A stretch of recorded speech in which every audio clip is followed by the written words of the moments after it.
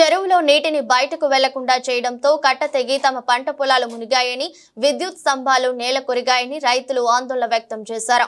మహబూబాబాద్ జిల్లా నర్సింహులపేట మండల కేంద్రంలో బందం చెరువుపై మత్స్యకారులు చేపలు బయటికి పోకుండా ఇనుప జాలీలను వలలను ఏర్పాటు చేశారని, తద్వారా ముత్తటి వద్ద చెట్ల కొమ్మలు కలప తట్టుకుని నీరు బయటకు పోకుండా ఉండడంతో కట్ట 2 చోట్ల తెగి నాటు వేసిన పొలాల్లో 3 నుంచి 4 అడుగుల ఎత్తులో ఇసుక మేటలు వేశాయని రైతులు ఆవేదన వ్యక్తం చేశారు.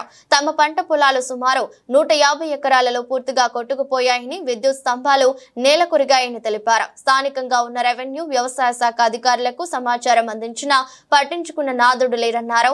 ఉన్నతాధికారులు స్పందించి క్షేత్రస్థాయిలో సర్వే నిర్వహించి తమకు న్యాయం చేయాలని రైతులు కోరుతున్నారు. అనంతరం రెవెన్యూ, వ్యవసాయ అధికారులకు వినతి పత్రంని సమర్పించారు. నవీన్ కుమార్, మా నర్సులపేట గ్రామం. నేను రైతు సమన్వయ సమితి కోఆర్డినేటర్, మాజీ బంధం చెరువు కింద రైతుని. బంధం చెరువు తెగిపోవడానికి ముఖ్య కారణం ఏంటంటే ముదిరాజ్ సంఘం వాళ్ళు మేజర్గా 2 సైడు ఇరువైపుల అలుగులల్లా 5 ఫీట్లకు ఒకటి 7 ఫీట్ల కనీలు బాదిర్రు. దాంతోపాటు కనీలకు ఇనుప జాలి వైరేసారు. దాంతోపాటు మళ్ళీ చేపలు వెళ్ళిపోకుండా వలలు వేసారు.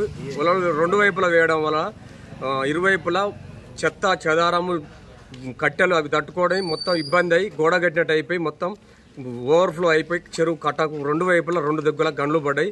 చట్టరీత్యా ఇది మన వాళ్ళు డిపార్ట్మెంట్ వాళ్ళు సంబంధించిన అధికారులు ముదిరాజ్ సంఘం వాళ్ళ మీద చర్య తీసుకోవాలని కోరుతున్నాం. అదేవిధంగా చెరువు కింద దాదాపు 100 ఎకరాల ఇసుక మెటలు కట్టిన రైతులు మేము ఎకరానికి 35,000 నుంచి 40,000 వరకు పెట్టుబడి పెట్టి నష్టపోయినాం. మాకు నష్టపరిహారం గవర్నమెంట్ చెల్లించాలి. అదేవిధంగా ఎలక్ట్రిసిటీ డిపార్ట్మెంట్ వాళ్ళు కరెంటు పోల్లు కూడా ఒక 50 నుంచి 60 పోల్లు విరిగిపోయినాయి. వాటిని తొందరగా వాళ్ళు డిపార్ట్మెంట్ వాళ్ళు చర్య తీసుకొని కరెంటు స్తంభాలు కూడా ఇప్పించాలి. కలెక్టర్ గారు చొరవ తీసుకొని మాకు ఎమ్మటే చెరువు కూడా అతి త్వరలో వీలైనంత త్వరలో కానీ చెరువు మరమ్మతులు చేయించి ఆ కట్ట చేయించగలరని మేము కోరుకుంటున్నాం.